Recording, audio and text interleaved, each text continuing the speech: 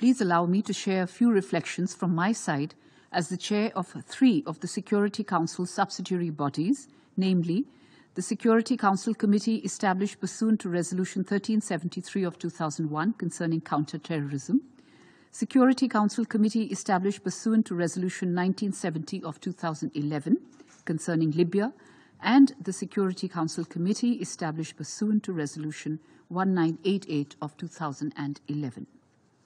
Although I became the chair of these 3 committees only in August, I will share my reflections, drawing also on the assessment and experience of the previous chair and my predecessor, Ambassador Tirumurti.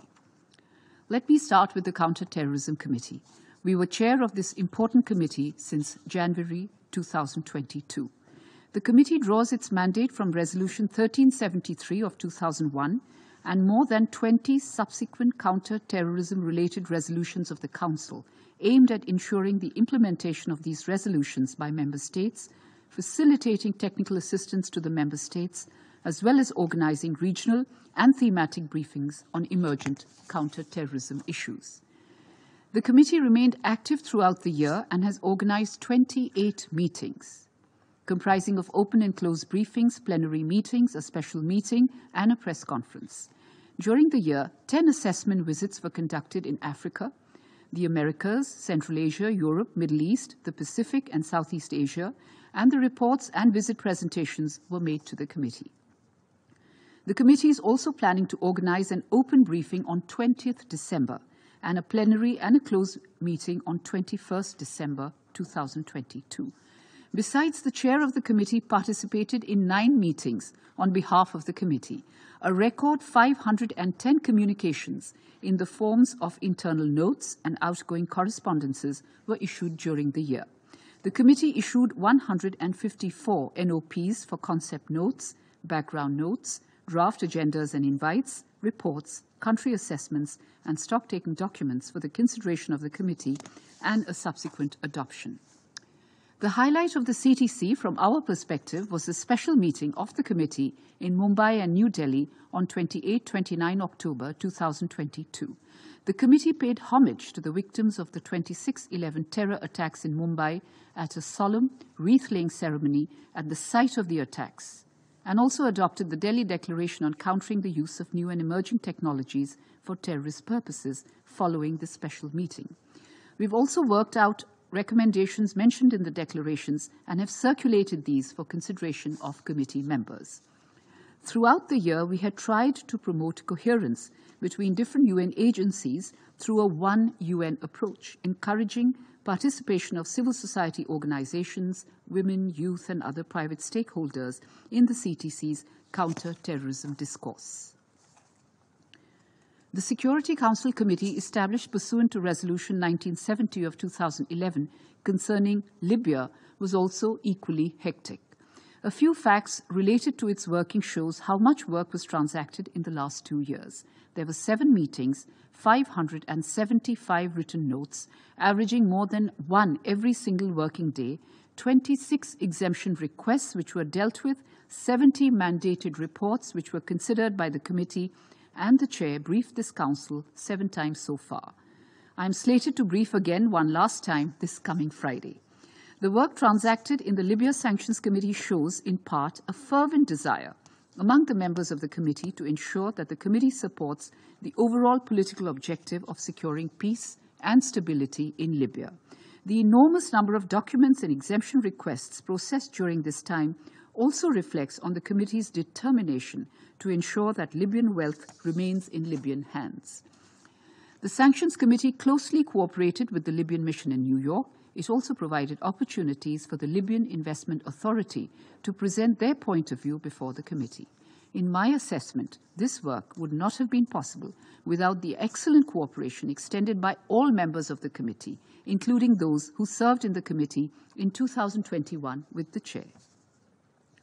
Turning to the Security Council Committee established pursuant to Resolution 1988 of 2011, as you know, the main task of the committee is to administer assets freeze, travel ban, and arms embargo measures against individuals, groups, undertakings, and entities associated with the Taliban in constituting a threat to the peace, stability, and security of Afghanistan. The implementation of sanctions was faced with a major political shift after the Taliban took power in August last year. While the political situation in Afghanistan has changed, the work of the committee remained as important as ever. India held the presidency of the UN Security Council in the month of August 2021. Under our presidency, the UN Council met thrice to discuss the evolving situation in Afghanistan, resulting in 4 outcome documents. These included 3 press statements and 1 landmark resolution. On 30 August 2021, the Council adopted UNSC Resolution 2593, which comprehensively addressed the key pending issues related to Afghanistan.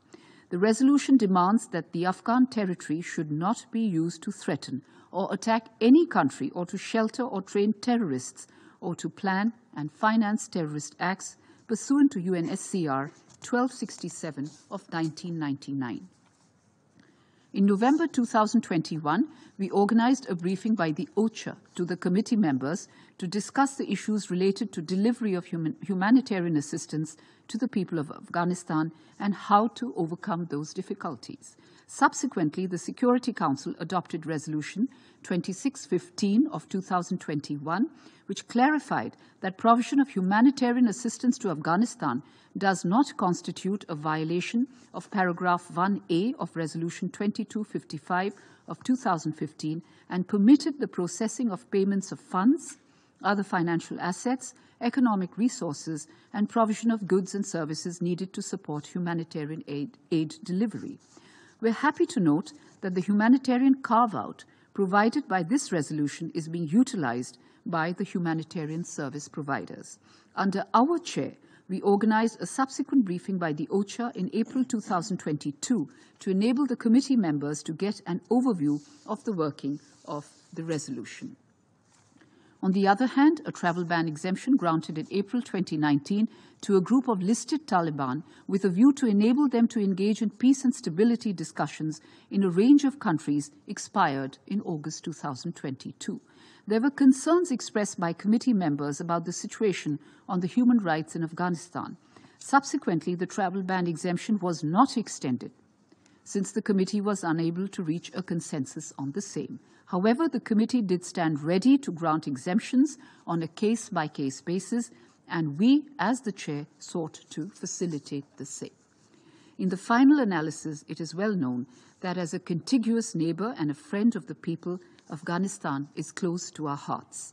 At the same time, we tried to steer the affairs of the Sanctions Committee with impartiality, objectivity, and neutrality.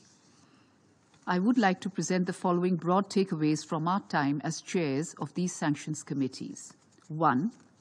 When incoming Security Council members express preference to shoulder responsibility as the chair of a particular subsidiary body, and if there is consensus among the other incoming members, it is important for the P5 to respect the consensus of the E10 and take their preferences seriously. 2. The function or dysfunction of a subsidiary body depends on the cooperation of its members. We have been fortunate enough to have received excellent cooperation from everyone during our tenure. 3. We need to work out a solution for bringing predictability to the scheduling of committee meetings. Throughout the year, the subsidiary bodies had to face several rescheduling of meetings, mainly due to clash with the work of the Council and the resultant unavailability of interpretation, which caused great inconvenience to visiting participants and speakers.